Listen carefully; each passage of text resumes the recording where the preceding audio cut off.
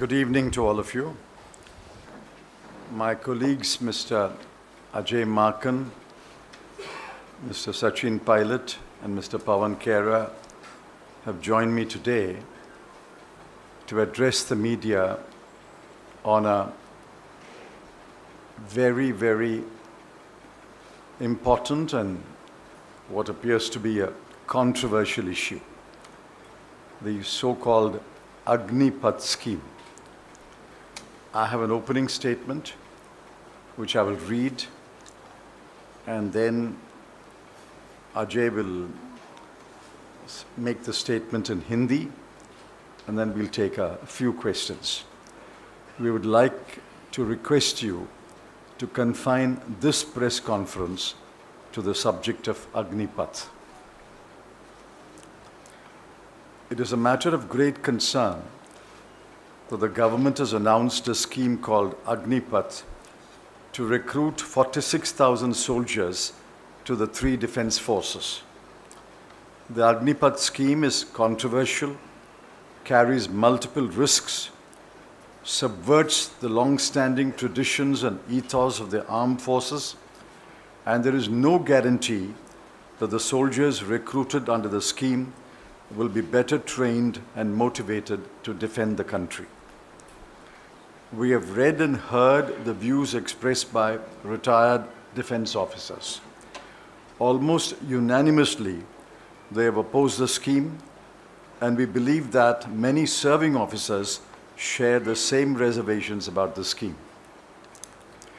Our first concern is that the Agnipath soldier will be trained for 6 months and will serve for another 42 months when 75% of the recruits will be discharged.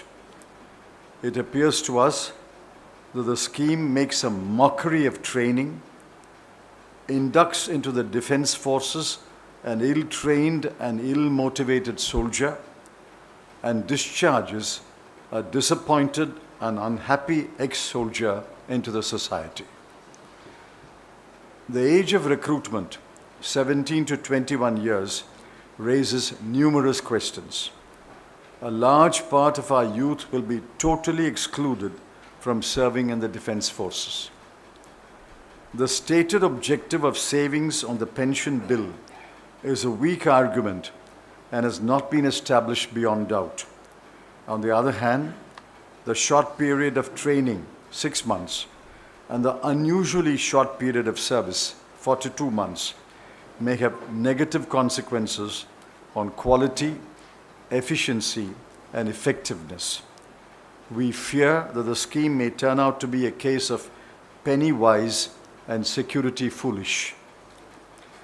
Several distinguished defense officers have pointed out that a fighting soldier must take pride in his unit, must be willing to lay down his life for his country and comrades, must not be risk-averse, and must be capable of exhibiting leadership.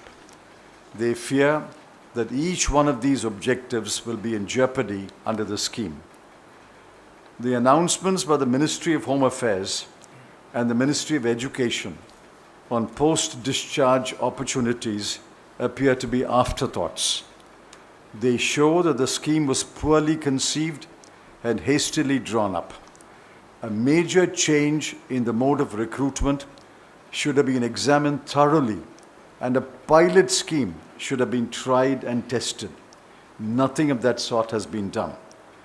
Several experts have suggested alternative models to address the issues of inadequate recruitment to the defense forces.